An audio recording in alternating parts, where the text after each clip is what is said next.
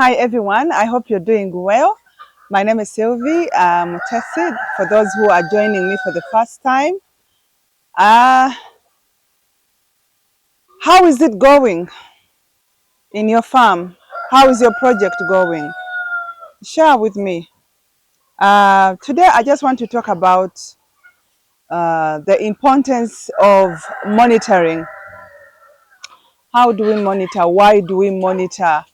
Why should we monitor our businesses? For example, those who are in poultry like me, why do we need to monitor our activities at the farm? I have like three main reasons why you should be able to monitor the activities of your farm. Number one, it is very, very important to monitor the performance of your birds. Okay, how are they performing? For example, those who are having hens that are laying eggs, how is the performing of the eggs? What is the outcome? Is what you're getting out uh, um, what you've been waiting for or what you have been expecting?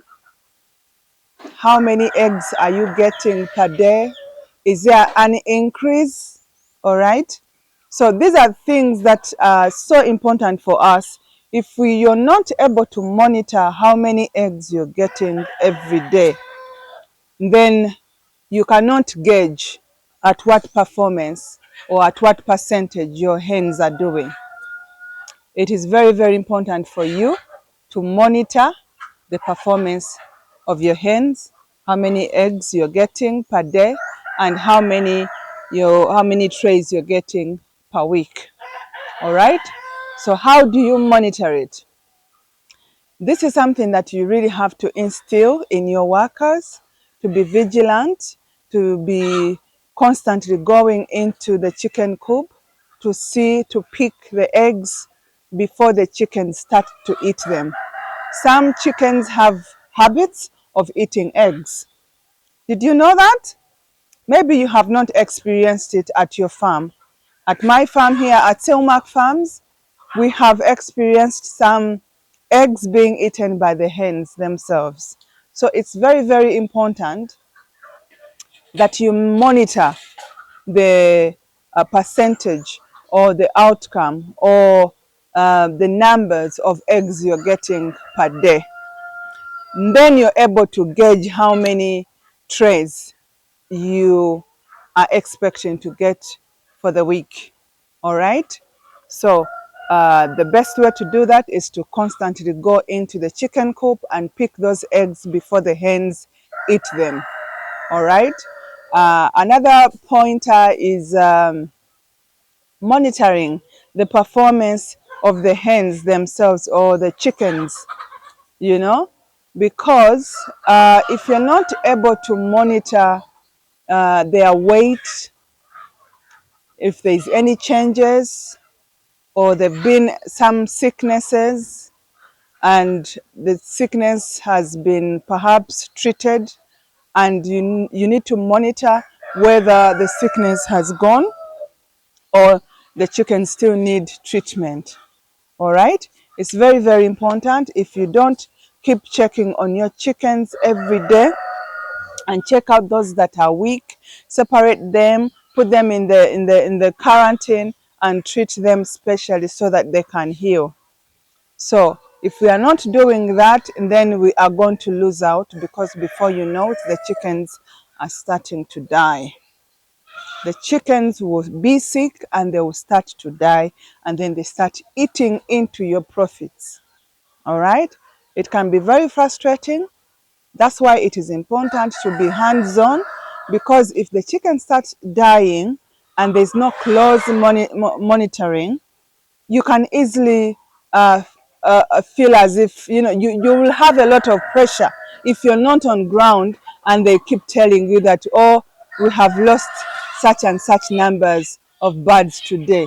So it's very, very important for you to be hands-on, to go in there yourselves every so often, to keep the the this monitoring to be constant, to be consistent, to check and see that your chickens are performing well, they are happy, they are feeding well, because some chickens, when they become weak, they are not feeding well. Sometimes also it can be an issue of changing the feeds, all right, changing the ratio of the feeds. That can also bring that imbalance in them. Hence, they will probably will not be able to eat well, compared to how they were performing before. And that means the eggs will be, the numbers of eggs will be less, and also this chicken will not be performing at 100% because they are not well, they are weak because they've not been feeding well. Perhaps the sickness is still there and you have not monitored closely to know that it's still there for you to continue to give, to apply medication or organic stuff, organic herbs and things like that. All right. So it's very, very important to check the feeds, to constantly know that the chickens are eating at the same ratio and nothing is changing, because any slight mistake, if you're not monitoring on a daily, that any mistake is going to eat into your profits. All right. So it's very, very important to monitor the eggs. All right. The output of the eggs, what you get every day and every week, how many trays you get, to check the health of the hens. And also it's very important to check whether the chickens have completely healed, and to also see if the feeds that you have changed, they are eating and they're eating well and nothing has changed. So all those three things are very, very important. And another important factor is to check that if you're having your chickens getting sick constantly and you've tried all these things and there's no change, make sure you check that your workers are using the biosecurity. Because if you are not monitoring this closely, chances are that sometimes they forget and they just go into it, and then that means they are bringing into the chicken coop diseases that are going to get your hens or your chickens sick constantly. Like you treat it this week, it gets better, next week it comes back again and again and again and again, and then you go into that cycle that it can be very, very frustrating for the local or the chicken, any poultry farmer. So those are the 4 pointers. I hope you're monitoring at your farm. If you have anything that I have forgotten, please put it in the comment section and make sure you monitor the workers. You have to be able to call a meeting every so often or once a week. Check the performance with your farm manager, and all the workers needs to know the rules and the regulations, that everything is being followed to the T.